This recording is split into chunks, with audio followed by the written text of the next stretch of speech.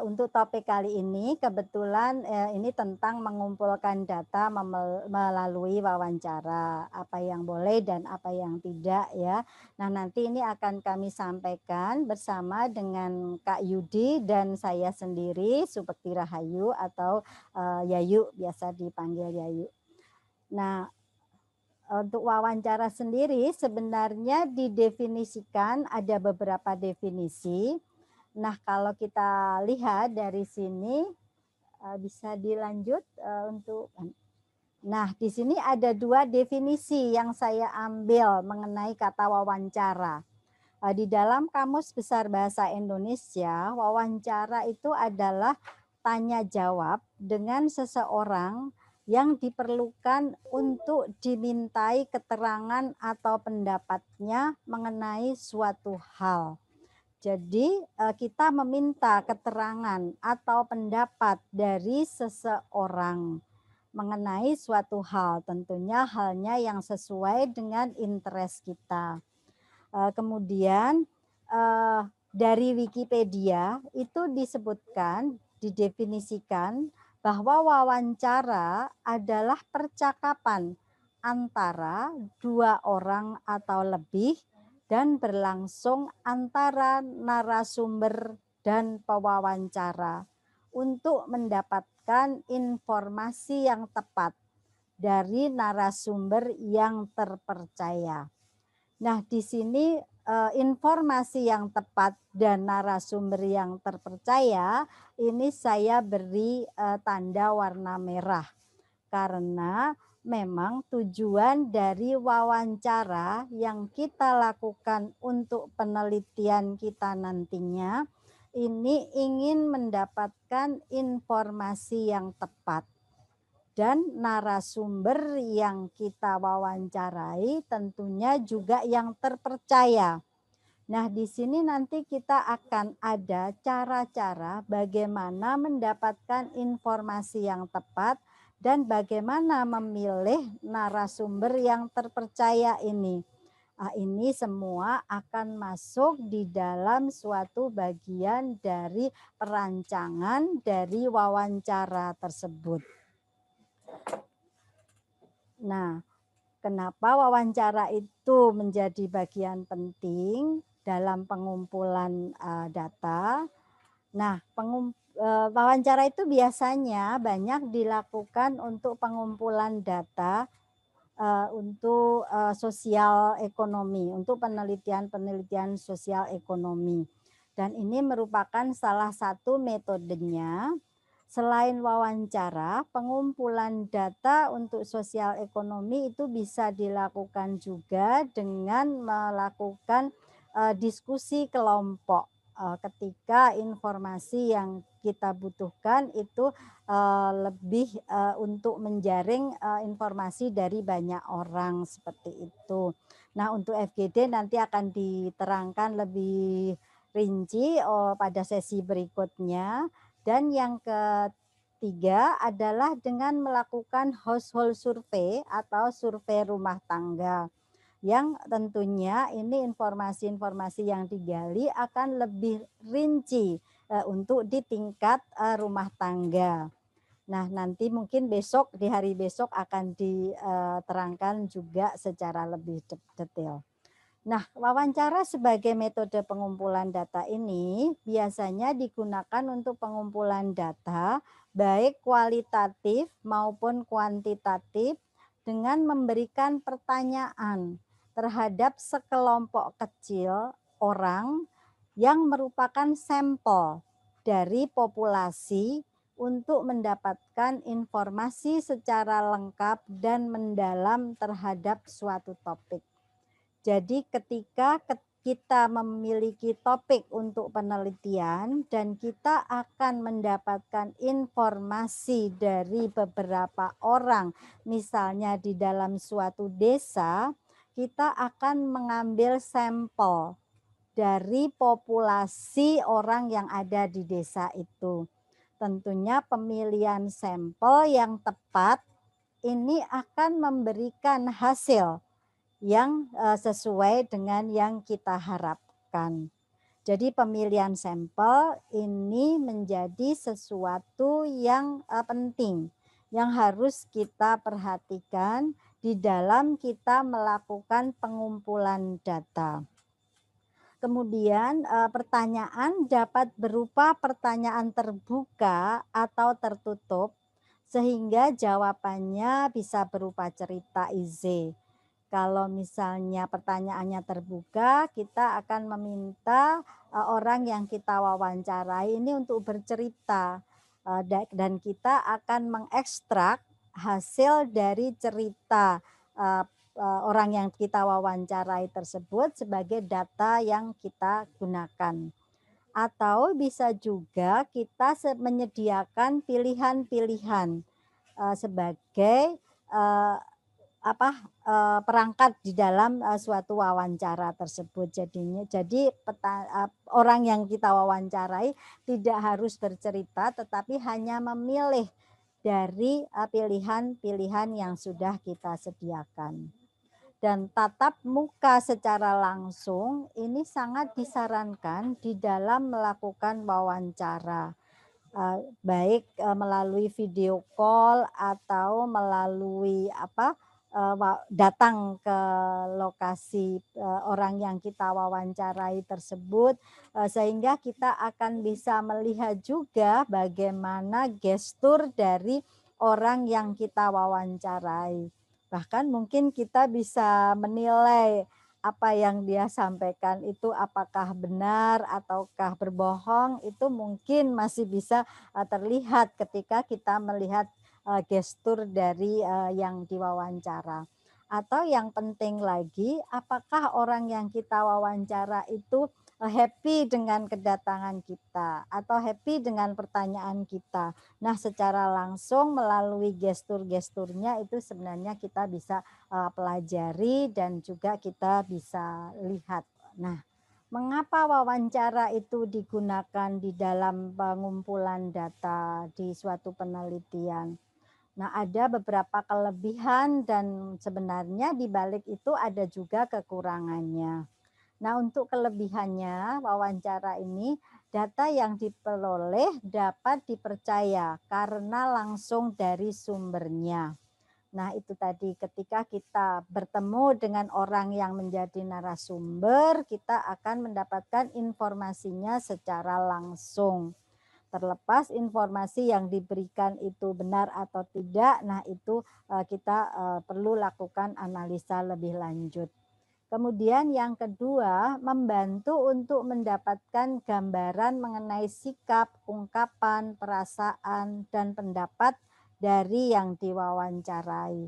Nah, ketika kita melakukan wawancara dan bertatapan langsung, seperti tadi saya sampaikan, bahwa kita akan bisa mengetahui atau menduga perasaan atau pendapat dari orang yang kita wawancarai itu, sehingga kita ada kemungkinan bisa menimbulkan pertanyaan-pertanyaan baru begitu, yang sebenarnya mungkin menjadi informasi yang, lebih penting begitu. Kemudian yang ketiga itu bersifat fleksibel, bisa dilakukan, misalnya waktunya bisa menyesuaikan dengan ketersediaan waktu dari orang yang kita, jadikan narasumber tadi. Kemudian yang keempat, segera mendapat gambaran mengenai reaksi dari orang yang diwawancara. Nah, ini ketika wawancara, secara langsung itu kita lakukan. Namun wawancara ini juga seperti saya sampaikan ada beberapa kekurangannya yang tentunya memerlukan banyak waktu dan biaya dibandingkan dengan, pengumpulan data yang lain, karena kita akan mendatangi orang yang diwawancara tersebut kalau misalnya lokasinya ada di desa yang sangat terpencil, tentunya kita akan butuh waktu dan biaya. Kemudian hasilnya sangat tergantung pada kemampuan pewawancara dalam menggali informasi. Nah, bagian yang kedua inilah yang sangat penting untuk kita perhatikan. Karena kemampuan dari pewawancara akan menentukan hasil yang kita dapatkan informasinya. Ketika pewawancara ini mempunyai pengetahuan yang luas tentang topik yang ditanyakan, tentunya akan banyak muncul pertanyaan-pertanyaan yang terkait sehingga mendapatkan data yang lebih lengkap seperti itu. Oleh karena itu ini perlu dicatat bahwa sebelum melakukan wawancara mengenai topik tertentu, si pewawancara harus memahami, paling tidak membaca referensi-referensi terkait dengan topik-topik apa yang akan ditanyakan kepada narasumber tersebut. Kemudian yang ketiga adalah ketepatan dalam memilih responden. Ketika kita tidak tepat memilih responden, mungkin informasi yang kita dapatkan tidak sesuai dengan apa yang kita inginkan. Oleh karena itu, sebelum kita melakukan wawancara, kita perlu terlebih dahulu menanyakan kepada narasumber yang mungkin lebih berkompeten siapa yang bisa kita jadikan sebagai narasumber untuk topik-topik yang kita inginkan tersebut. Jadi bagaimana memilih responden itu juga harus sangat diperhatikan dalam melakukan wawancara. Nah, untuk wawancara sendiri sebenarnya ada beberapa hal yang perlu kita kenali sebelum kita merancang suatu bentuk wawancara, baik itu menyusun kuesionernya ataupun menentukan siapa responden-respondennya.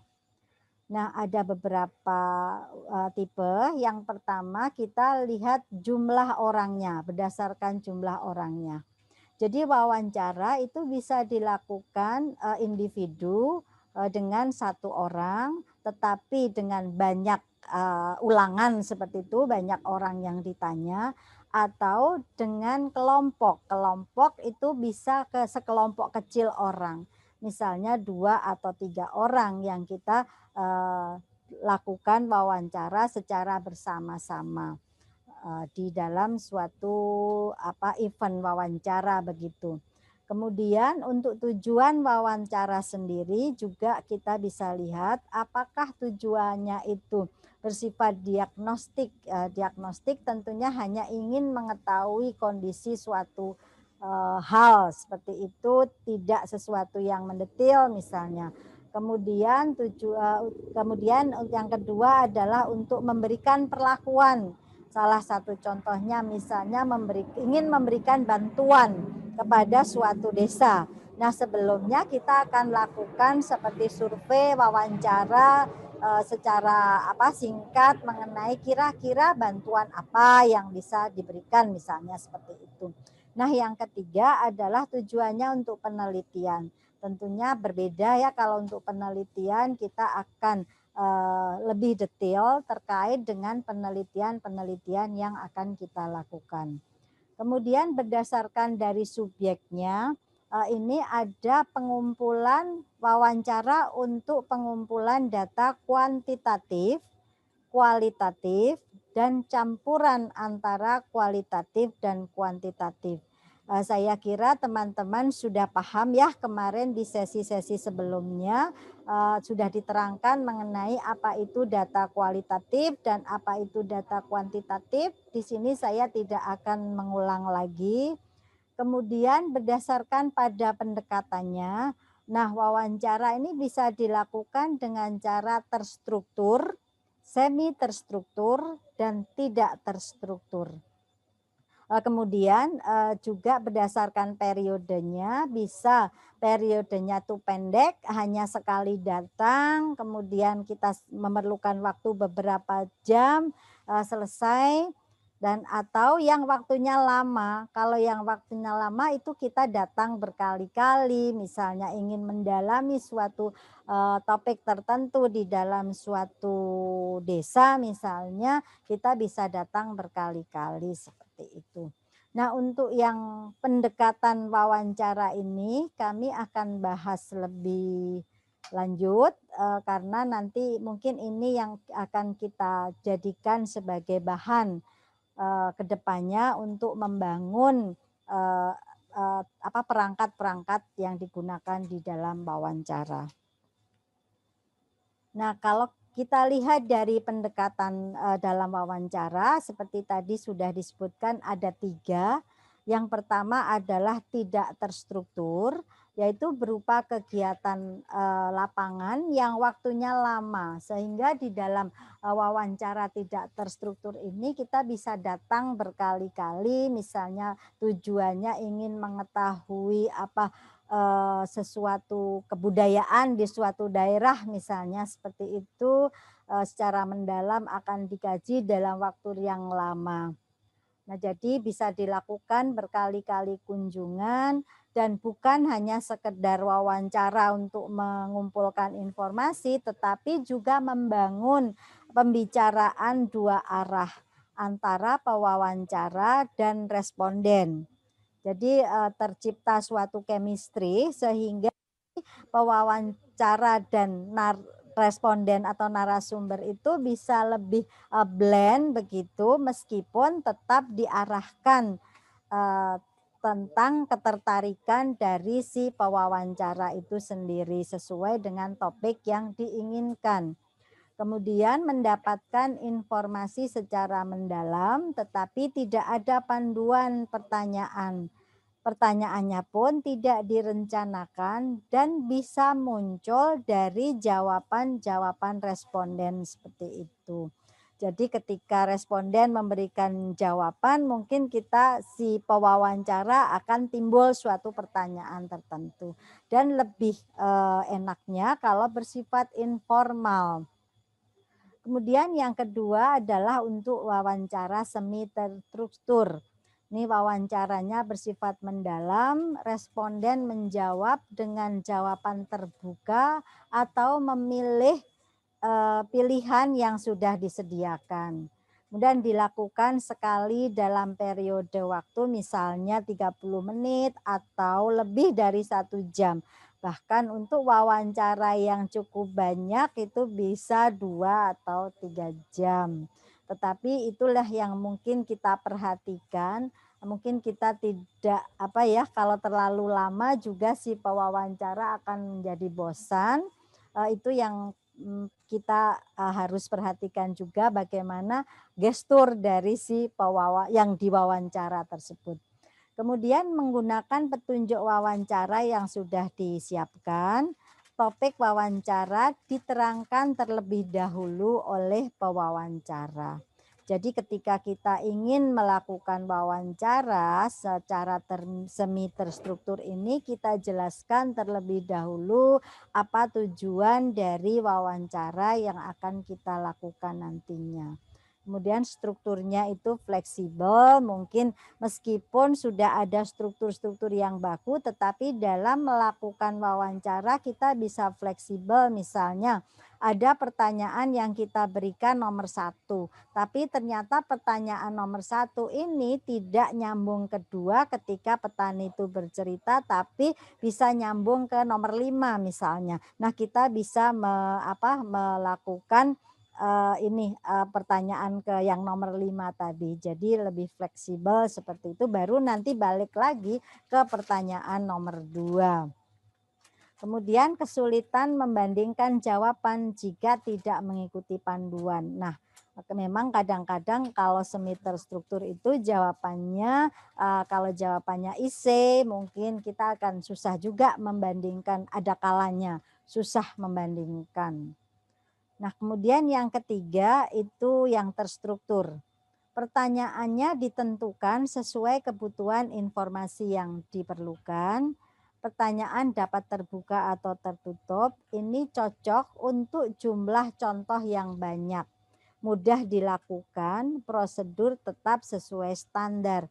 Nah, ketika kita mempunyai target banyak responden yang akan kita tanya, akan kita wawancara, maka menggunakan model terstruktur ini akan lebih mudah karena jawaban-jawaban sudah disediakan, narasumber tinggal memilih dari jawaban-jawaban yang sudah ada. Kemudian dirancang secara rinci, informasi yang diperoleh itu lebih baik, peneliti dapat melakukan analisa secara akurat. Kemudian informasi yang bisa digali sangat terbatas karena responden atau narasumber tidak bisa menceritakan lebih banyak mengenai satu hal yang ditanyakan karena jawaban sudah disediakan.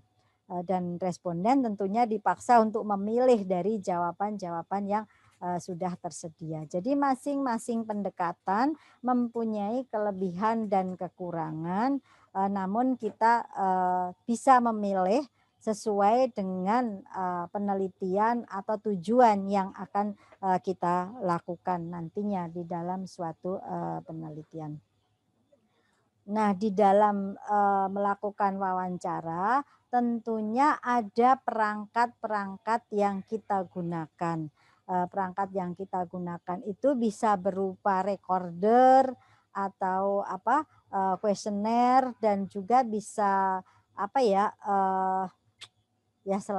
semacam recorder itulah yang kita selain mencatat hasil wawancara kita di dalam bentuk kuesioner, bisa juga mendengarkan kembali untuk mengoreksi hasil dari wawancara misalnya di siang tadi, misalnya kita bisa dengarkan ulang seperti itu.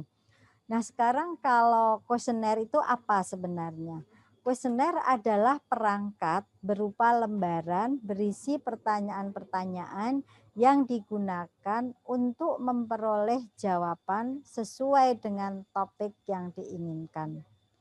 Kuesioner diisi oleh pewawancara berdasarkan hasil jawaban yang diberikan oleh responden atau diisi sendiri oleh responden. Jadi ada dua cara ya.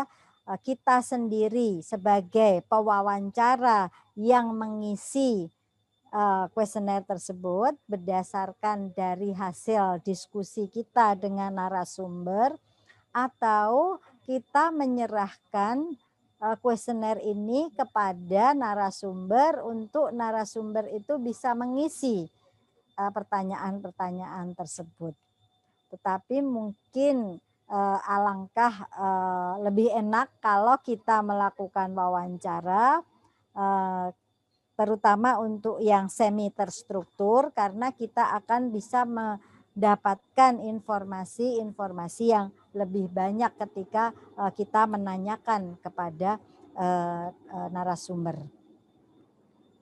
Nah, bagaimana untuk membuat kuesioner yang baik? Tentunya kuesioner yang baik itu akan lebih mudah untuk ditanyakan, untuk lebih mudah dipahami oleh pewawancara maupun oleh narasumber yang diwawancarai. Nah, tentunya tujuannya untuk mendapatkan informasi yang lebih jelas dan yang lebih tepat. Nah, persyaratan-persyaratan atau kriteria-kriteria yang bisa digunakan untuk menyusun kuesioner yang baik antara lain adalah isi kuesioner, karena setiap pertanyaan dalam kuesioner harus berkontribusi dalam menguji hipotesis dalam penelitian yang akan kita lakukan. Jadi sebelum kita membuat kuesioner, tentunya kita sudah punya rancangan penelitian. Hipotesisnya apa, dan hipotesis-hipotesis inilah yang nanti akan dituangkan di dalam pertanyaan-pertanyaan yang kita susun di dalam bentuk kuesioner. Kemudian yang kedua, kejelasan dari pertanyaan itu harus jelas. Jadi dipahami secara sama oleh semua responden. Jadi usahakan antar responden itu mempunyai pemahaman yang sama terhadap pertanyaan yang kita berikan, sehingga tidak ada jawaban yang membingungkan seperti itu. Kemudian yang ketiga, kalimatnya singkat, sederhana, satu informasi untuk satu pertanyaan, pertanyaan tanyakan dengan tepat dan sesuai dengan singkat mengenai pengetahuan yang dimiliki oleh responden. Kemudian yang keempat, hindari pertanyaan yang membuat responden kurang berkenan. Jadi inilah untungnya kalau kita bisa bertatap muka langsung dengan responden, karena akan bisa mengetahui apakah responden tersebut berkenan dengan pertanyaan-pertanyaan yang kita sampaikan atau tidak. Karena hal ini akan berpengaruh keberlanjutan kita terhadap suatu kegiatan yang akan kita lakukan. Ketika di awal kita datang ke responden dan responden itu merasa kurang berkenan, tentunya keberlanjutan kegiatan kita mungkin bisa jadi akan terhambat dengan adanya hal-hal tersebut. Oleh karena itu, kehati-hatian di dalam melakukan atau memberikan pertanyaan itu juga menjadi pertimbangan. Kemudian yang kelima adalah menghindari pertanyaan yang bersifat hipotetis atau yang karena kita ingin mendapatkan jawaban yang jelas dari responden tersebut. Mungkin ini 5 cara untuk membuat kriteria untuk membuat kuesioner yang baik. Melanjutkan apa yang sudah disampaikan oleh Mbak Yayu mengenai wawancara, mungkin sedikit kita akan bermain simulasi mengenai wawancara, dan juga saya akan memberikan sebenarnya beberapa tips dan trik mengenai wawancara. Saya yakin tadi rekan-rekan 91% sudah melakukan wawancara. Pengalaman wawancaranya sudah ada. Nah, mungkin saya akan memberikan sedikit kisi-kisi saja berdasarkan teori-teori dari referensi yang sudah saya kumpulkan. Mudah-mudahan ini bisa jadi sharing bersama nantinya dan diskusi di akhir sesi ini.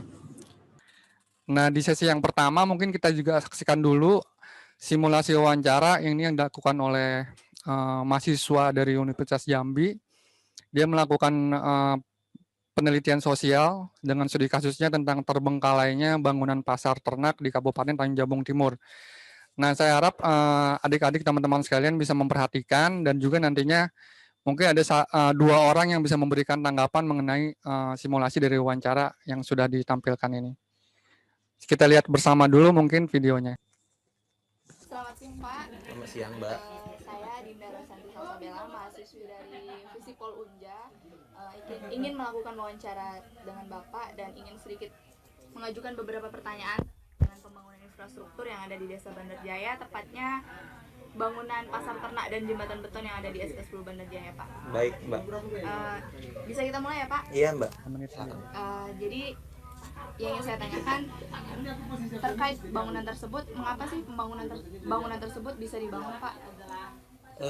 Gimana Mbak ya? Kami selaku masyarakat juga tidak tahu pasti alasan bangunan tersebut dibangun, karena pembangunan tersebut tidak melibatkan masyarakat, terutama dalam hal musrembangnya Mbak. Oh, seperti itu. Jadi Pak, sejauh ini yang Bapak tahu, bangunan tersebut itu diperuntukkan untuk siapa sih Pak?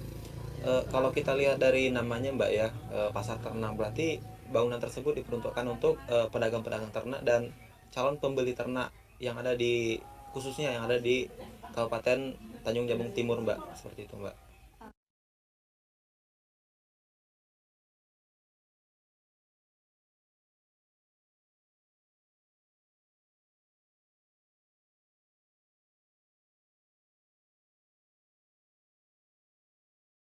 Lalu Bapak sebagai masyarakat sekitar yang mengetahui pembangunan tersebut, bagaimana sih Pak proses dari pembangunan tersebut Pak? Proses pembangunannya ya gimana Mbak ya, tiba-tiba sudah ada pembebasan lahan, tiba-tiba sudah ada pasir masuk, besi masuk tanpa sepengetahuan kami Mbak. Jadi Ya seperti itu, bangunannya tidak melibatkan masyarakat. Seperti itu, Mbak. Lalu peran masyarakat terhadap pembangunan tersebut itu apa Pak? Sejauh apa peran masyarakat terhadap pembangunan tersebut? Peran masyarakat tidak terlalu besar, Mbak ya, karena memang masyarakat tidak diberikan ruang untuk memberikan masukan, arahan seperti itu, Mbak. Lalu pada zaman pemerintahan siapa sih Pak bangunan tersebut didirikan? Bangunan tersebut didirikan pada tahun 2006-2007, Mbak. Waktu itu gubernurnya Pak Haji Zulkifli Nurdin. Lalu itu pembangunan tersebut dananya dari mana Pak? Berasal dari mana? Kalau dari berita yang saya dengar itu, Mbak, dari yang saya baca itu dari APBD provinsi, Mbak. APBD provinsi. Iya, Mbak. Lalu sejauh ini langkah seperti apa yang sudah diambil oleh pemerintah terhadap bangunan tersebut Pak? Tindakannya nggak terlalu signifikan, Mbak ya, hanya sekedar mengecek, melihat, itu pun tidak melibatkan masyarakat, Mbak. Lalu langkah yang diambil oleh pemerintah tersebut apakah sudah memberikan perubahan atau belum Pak? Tidak memberikan perubahan sama sekali, Mbak, menurut saya. Dalam pembangunan tersebut apakah ada proses musrembang Pak? Tidak ada melibatkan kami, Mbak, artinya tidak ada musrembang. Lalu tidak ada musrembang, lalu apakah ada sosialisasi terkait pembangunan tersebut? Hal yang seperti itu tidak ada, Mbak. Hal-hal yang melibatkan masyarakat sebelum pembangunan tersebut tidak ada, Mbak. Lalu bagaimana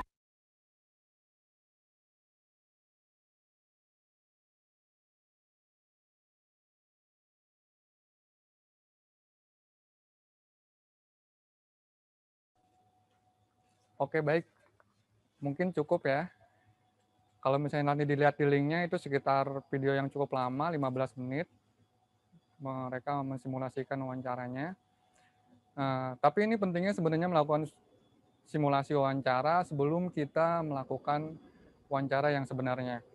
Nah, oleh karena itu, saya mohon tanggapan nih dari adik-adik semua. Kalau lihat dari hasil wawancara tadi, kira-kira seperti apa? Tidak ada yang benar dan salah, saya hanya mohon tanggapan dari adik-adik semua. Mungkin boleh satu atau dua orang bisa mengangkat tangan dahulu atau bisa langsung mungkin membuka mic-nya.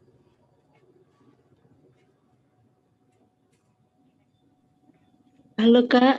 Ya, silakan. Dengan siapa?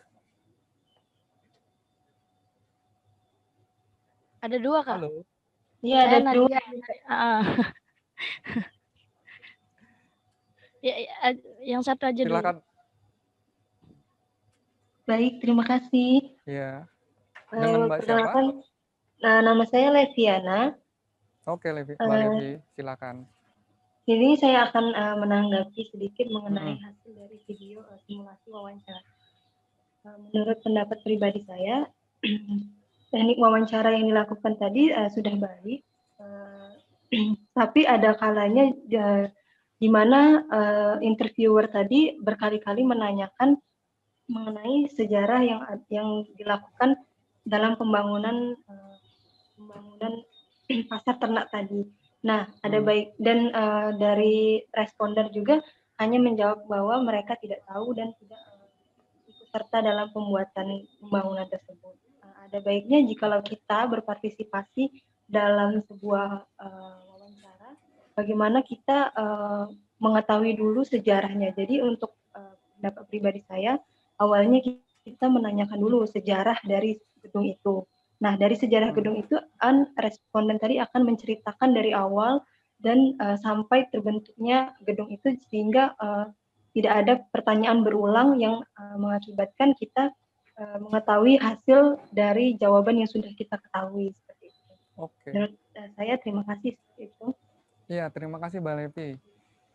Ya, mungkin ke tanggapan selanjutnya dulu ya dengan Mbak siapa?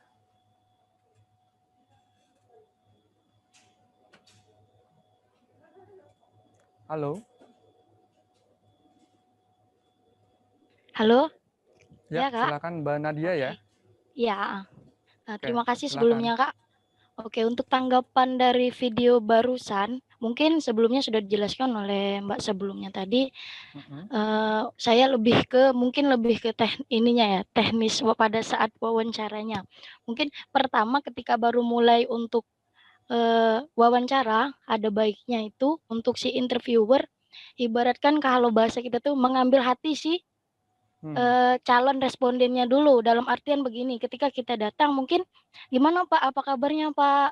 Sini belum Pak?" Ya mungkin lebih ke basa-basi dulu, biar responden yang akan kita wawancarai itu tertarik dengan apa yang nantinya akan kita tanyakan. Itu yang pertama. Dan dari video barusan belum saya dapatkan terkait hal itu, begitu Kak. Nah, Oke. untuk yang kedua mungkin berhubungan dari Mbak yang sebelumnya tadi, pertanyaannya itu terlalu menggunakan mungkin nanti kan responden yang akan kita temui kan berbeda-beda tentunya, dan untuk kapasitas responden yang akan kita wawancari juga belum tahu ya Kak.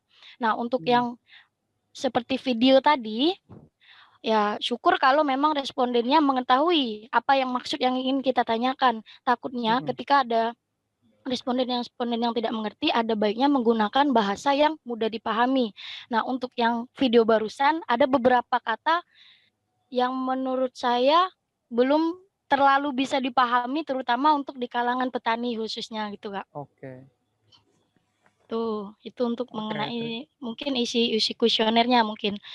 Oke. Ada lagi apa cukup? Udah cukup, Kak. Terima Oke. kasih. Iya, terima kasih Mbak Nania. Kayaknya cukup lengkap nih. Saya cukup senang sebenarnya dengan jawaban-jawaban tadi dari dua Mbak ini, Mbak Levi dan Mbak Nadia ya. Setidaknya bisa merangkum apa yang akan nanti saya sampaikan selanjutnya. Nah, saya cukup senang karena berarti adik-adik semua punya pengalaman dalam hal wawancara. Nah, berarti saya hanya ingin berbagi aja sebenarnya secara teori seperti apa tip dan triknya. Nah, tadi beberapa tanggapan dari Mbak Nadia itu cukup bagus juga emang, dalam artian pentingnya kalau kita lihat simulasi tadi, dia textbook banget ya, menanyakan apa yang sudah ada ditulis oleh si pewawancara. Emang betul penting sekali nanti memang ketika wawancara itu gimana proses wawancara itu mengalir seperti kita berinteraksi atau ngobrol seperti biasa. Oke, makasih banyak. Kita akan lanjut ke teori dulu. Nanti mungkin kita ada tanya jawab lagi di akhir.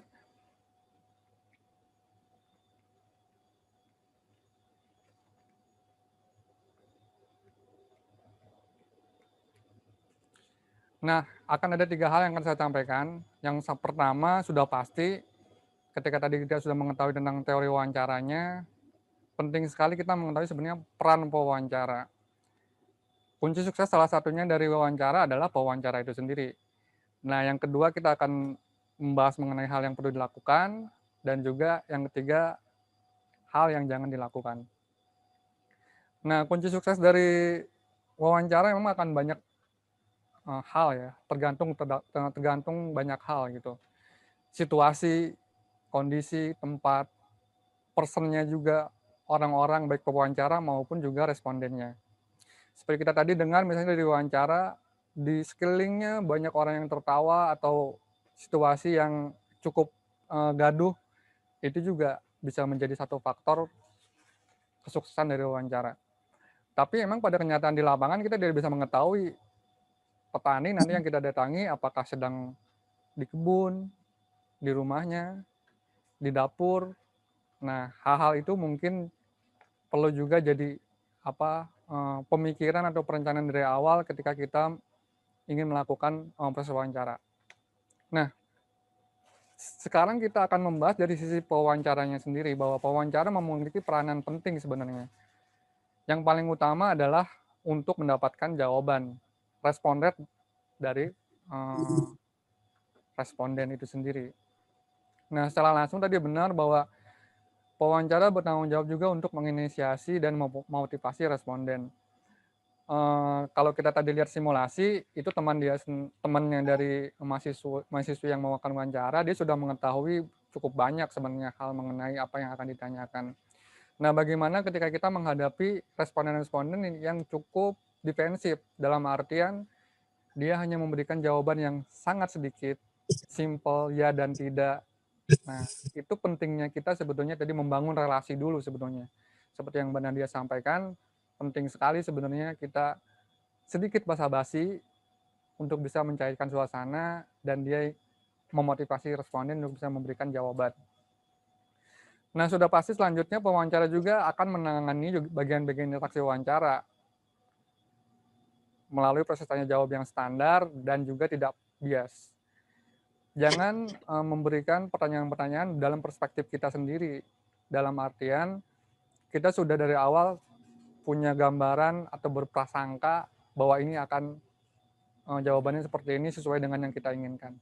Nah, hal itu yang perlu kita hindari sebetulnya untuk keberhasilan suatu survei atau wawancara. Jadi pada intinya kunci sukses wawancara adalah pewawancara mampu mengajak responden untuk berpartisipasi dalam wawancara. Yang sudah pasti harus menjamin juga kerahasiaannya dan tujuan akhir dari survei sendiri bisa tercapai, serta berhasil menerangkan tujuan wawancara dan survei penelitian yang akan dilakukan. Nah, itu mungkin bagian-bagian penting dari sisi pewawancara yang perlu disiapkan untuk keberhasilan suatu survei. Nah, lalu apa yang harus dilakukan? Tanggapan dari simulasi tadi sebenarnya sudah menggambarkan apa yang perlu dilakukan, hal-hal yang perlu dilakukan oleh pewawancara. Yang pasti yang pertama kita perlu membangun hubungan baik dengan responden. Gitu. Jadi niat dalam mewawancara itu sangat penting sekali.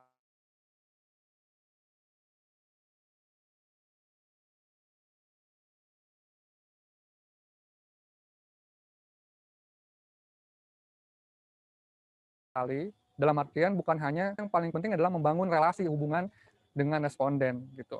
Jadi pada akhir dari wawancara ini responden merasa senang, dia merasa dilibatkan dalam penelitian ini dan dia tahu tujuannya ini untuk hal yang baik. Nah, itu mungkin yang perlu dilakukan di awal sebelumnya. Selanjutnya juga perlu mempertahankan kenetralan tadi. Jadi bahwa jangan sampai perspektif kita dalam mempertanyakan sesuatu atau dalam satu hal mempengaruhi jawaban dari si responden. Jadi kenetralan ini penting, jangan sampai kita pada akhirnya mengarahkan jawaban dari responden. Biarkan responden menjawab apa adanya dengan jawaban yang sejujurnya atau yang dilakukan sebenarnya gitu. Nah, itu sangat penting juga. Satu hal lagi selanjutnya adalah mempersiapkan diri dan juga menjelaskan tujuan survei. Betul sekali tadi Mbak Tania, pentingnya Mbak Levi, mempersiapkan diri dulu sebenarnya. Bahwa wawancara itu bukan hanya membaca daftar pertanyaan, tapi kita juga perlu melakukan observasi awal. Kita berada di mana, apakah objek kajian kita, nah itu perlu dibangun mungkin. Sebagai contoh misalnya ketika nanti adik-adik akan melakukan wawancara di penelitian ini mungkin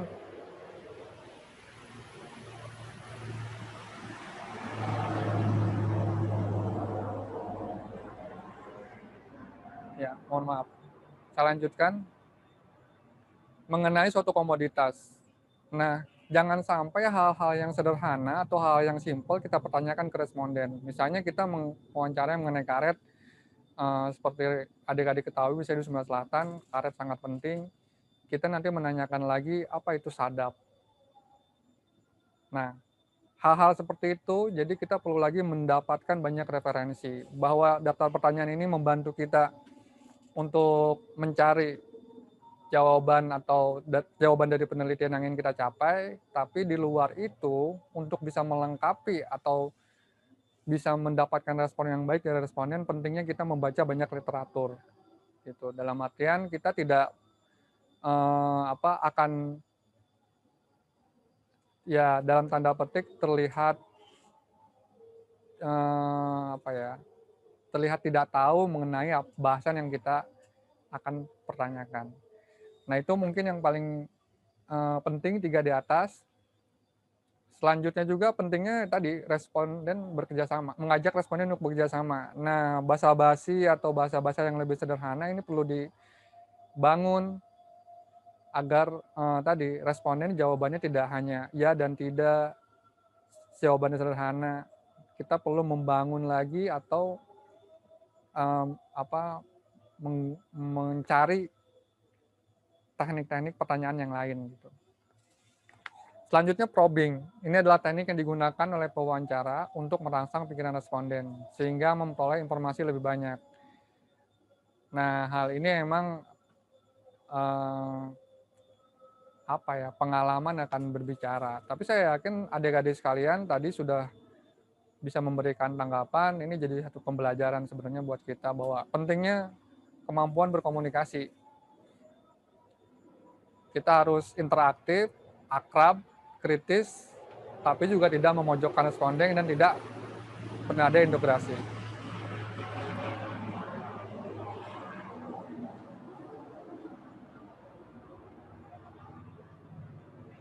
Nah, itu mungkin yang perlu diperhatikan teknik probing ini.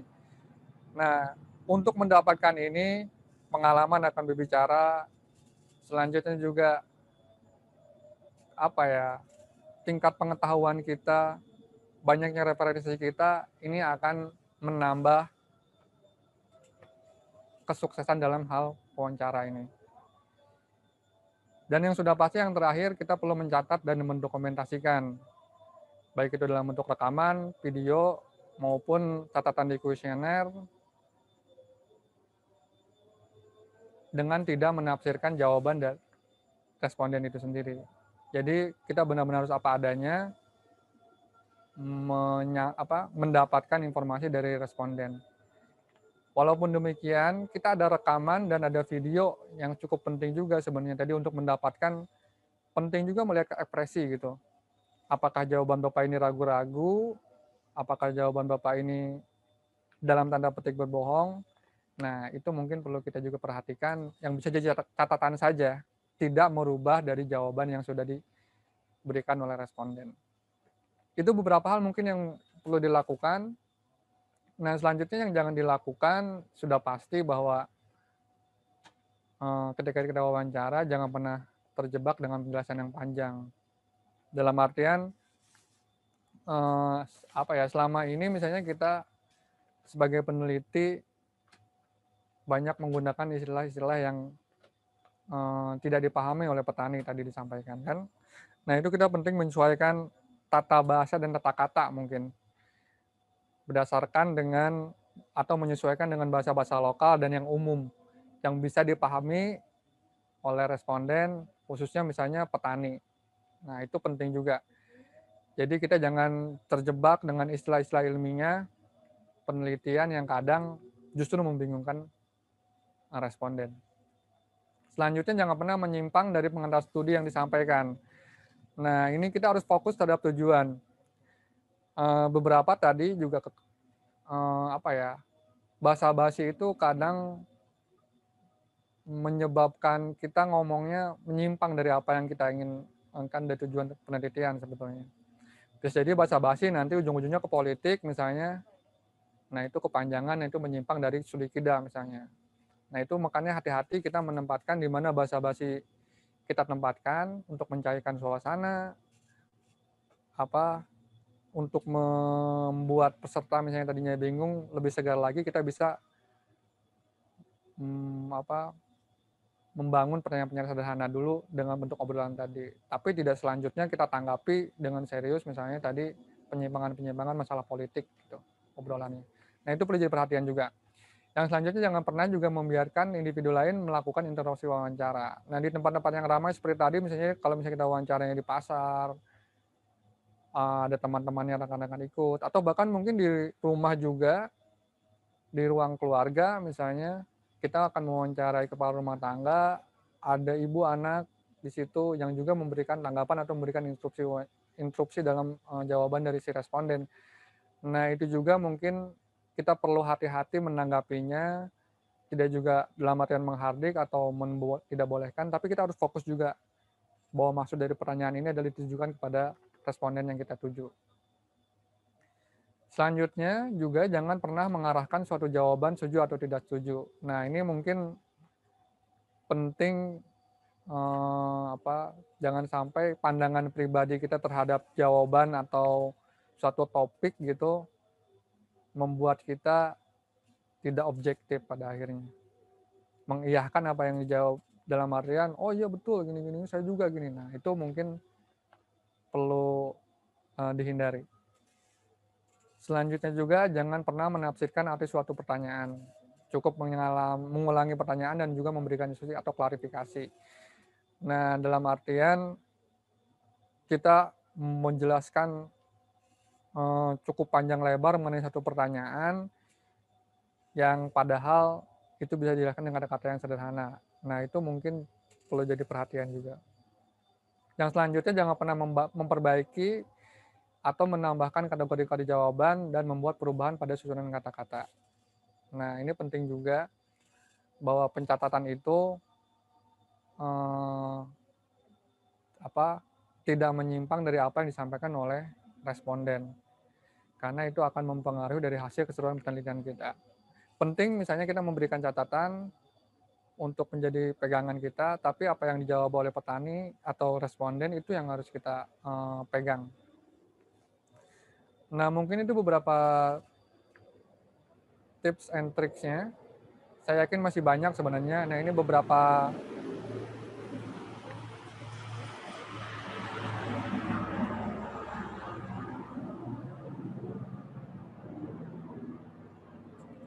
ringkasan dari referensi yang sudah ada. Saya juga cantumkan di sini referensi, sudah banyak metodologi penelitian dan juga teknik wawancara yang bisa dibaca.